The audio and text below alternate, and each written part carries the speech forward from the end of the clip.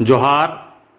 आज हम लोगों ने बोकारो में आज जो जयराम मातो का नॉमिनेशन कार्यक्रम था, इसमें हम लोगों ने, अभी भी चल रहा है, हम लोग देखें कि भाई बड़ी बड़ी घटनाक्रम मैंने चारों पूरा मीडिया, पूरा झारखंड और पूरे लोकसभा झारखंड का उधर केंद्रित हो गया। मामला ये था कि भाई आज जयराम मातो नॉमिनेशन करने के लिए बोकारो डीसी ऑफिस गए थे। नॉमिनेशन का फ़ोटो हम लोगों ने देखा, उनके फेसबुक में भी आया कि भाई उन्होंने नॉमिनेशन कर लिया। उसके ठीक तुरंत बाद हम लोगों को पता चलता है कि भाई जयराम मातो को रांची पुलिस ने विधानसभा घेराव कार्यक्रम मामले को लेकर गिरफ्तार कर लिया है।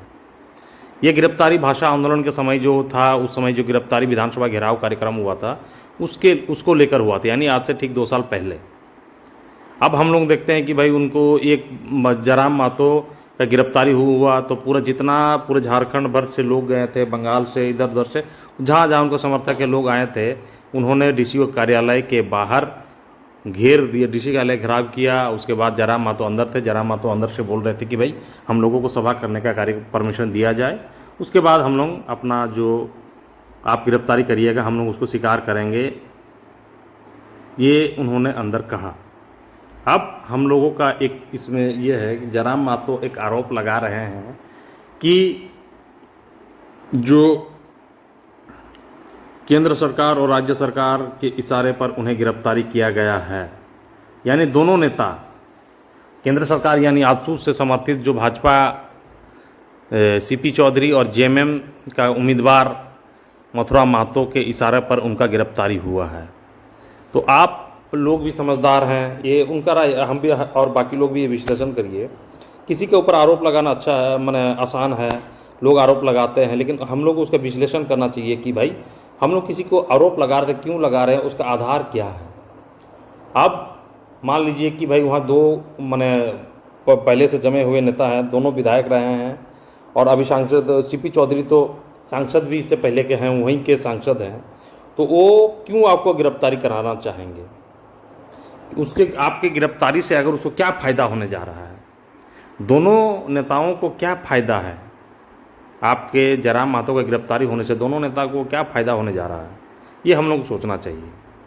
जयराम मातो का अगर गिरफ्तारी होता है तो राजनीतिक सहानुभूति जो एक उभरेगा वो जयराम मातो के पक्ष में होगा।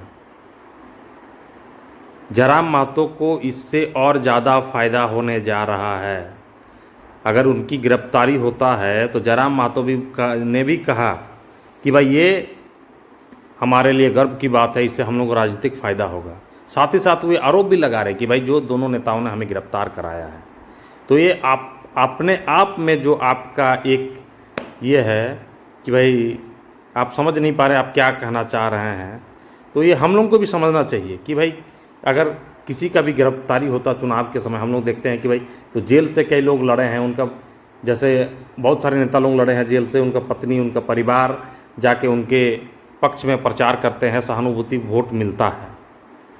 तो ये गिरफ्तारी से सिर्फ और सिर्फ जयराम मातो को ही फायदा होने जा रहा है, इसका किसी भी तरह से आजसू और जेएमएम को फ़ायदा नहीं पहुंचेगा, जहाँ तक हो सके उन्हें घाटा ही होगा।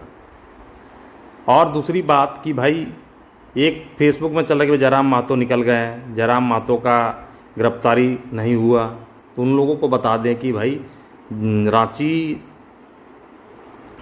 पुलिस ने उन्हें गिरफ्तारी किया है और 2 घंटे का जयराम मातो ने मोहलत मांगा था। जयराम मातो ने मोहलत नहीं मांगा था, जयराम मातो ने कहा कि हमको सभा करने का परमिशन दिया जाए, तो प्रशासन ने 2 घंटे का परमिशन दिया है।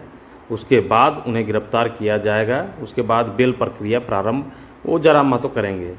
अब एक बात हम लोग और एक सवाल है कि भाई अगर आपको कोई भी नेता हो, संविधान पढ़ा हुआ ना पढ़ा हुआ, एक छोटा से छोटा भी आदमी भी, कार्यकर्ता भी जानता है जो पढ़ा लिखा कि भाई कहीं भी अगर केस होता है तो उसका बेल हमको लेना है। तो 2 साल तक बेल नहीं लिया, ये क्यों नहीं लिए बेल, ये भी एक सवाल है ना कि भाई अगर आपका पास या किसी का केस होता है तो बेल लेना ज़रूरी है। अगर आप इस संविधान को मानते हैं, संविधान पढ़े हैं, संविधान को का ये अनुपालन करते हैं, तो बेल लेना तो ज़रूरी है। अब बेल नहीं लीजिएगा और बोलिएगा कि भाई हमको जो है केंद्र सरकार और राज्य सरकार मथुरा महतो और ये सीपी चौधरी फंसा दिए हैं, तो ये सारे सवालों का हम लोगों को खुले मन से विचार विश्लेषण करना चाहिए। अब हम लोगों को खुले मन से ये विचार करना चाहिए कि भाई क्या इसका जयराम महतो का गिरफ्तारी केंद्र सरकार या राज्य सरकार के इशारे पर हुआ है। ये हम लोगों को सोचना चाहिए, समझना चाहिए और हम लोगों को विश्लेषण करना चाहिए किसके कौन इसको गिरफ्तार करवाया है।